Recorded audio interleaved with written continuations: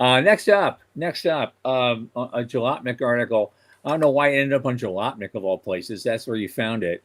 I But did. I found it there. I thought it was Yeah, unusual, but but here we the go. FAA, of course, their Office of Space Transportation it's called AST for Which, some reason, yeah. and it doesn't make logical sense in their naming convention, but that's what they decided to do, and they're the guys who decide who gets a launch license. They've Mm-hmm. been in existence what 2005. Um, yeah, so they finally decided they're going to give you when they do regulate you and give you that launch license. They're going to also impose a surcharge.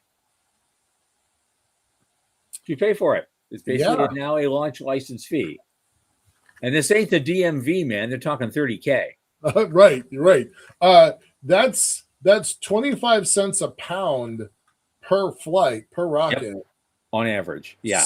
scaling up to a buck 50 a pound per flight. So Mhm. yeah, so 30,000 going up to 200,000 per flight. Now, I mean, I know our whole industry is trying to bring down the costs for flights. How does this Um, help?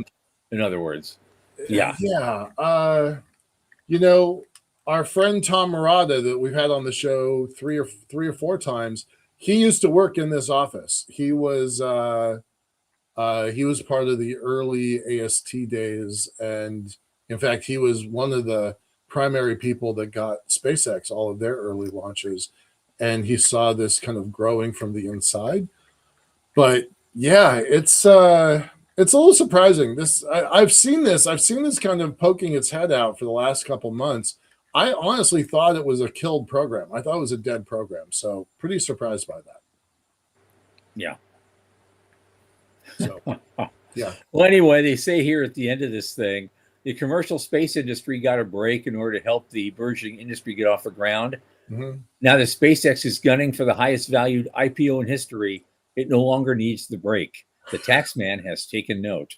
I So, wonder, when next time we get Michael Mealing on our show, we should specifically ask him about this because he was petitioning against this for a long time. yeah, It's one of the many things where the industry needs a learning curve, a learning period, and yeah, Sean, 30,000 is the cap now, but it will become 200,000 as the cap later. So launching a big rocket like Blue that we just mentioned, or SpaceX, it's going to come up with a $200,000 surcharge. So, and who's going to pay for that? Guys like Dallas, guys like me, guys like Joe Luttrell. Like we're the ones who are going to pay that surcharge at the end of the day. right. So, not a fan of that piece. And it's also has to do with the David and Goliath problem, as I see Mhm. it, because these fees will come in, and that could actually hamstring younger companies trying to get a foothold and get started. Whereas a SpaceX, the position it's in, it could eat that fee no problem. All day long. Yeah, And no. this happens. It has happened before in lots of industries. Mhm. And so little guys kind of get pushed aside because the big guys got themselves some kind of special thing that they can afford, but these guys can't. Well, notice it came out of the FAA. This is exactly what happened at the end of the 50s, early 60s, when there were a lot of private airlines. And that's when the first round of consolidation happened. Yep. And now we've got what we've got. I mean, it was good for Sure. Boeing. I'm And but sure. through this day, there is a Right. FAA charge, a little tiny fee on Yep. every airline ticket Yep. still. Yep. Yep. Yep. So that's how they make half their money. Right. Exactly. Yep.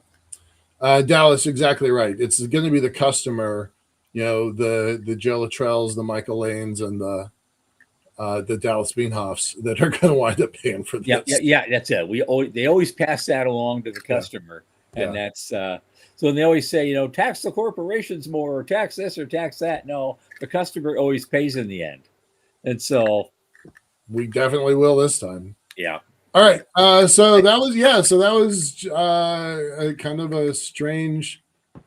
Yeah, it kind of crossed my feed this morning. I'm like, huh, that sounds like it's a big deal. All right, let's move on to the next one.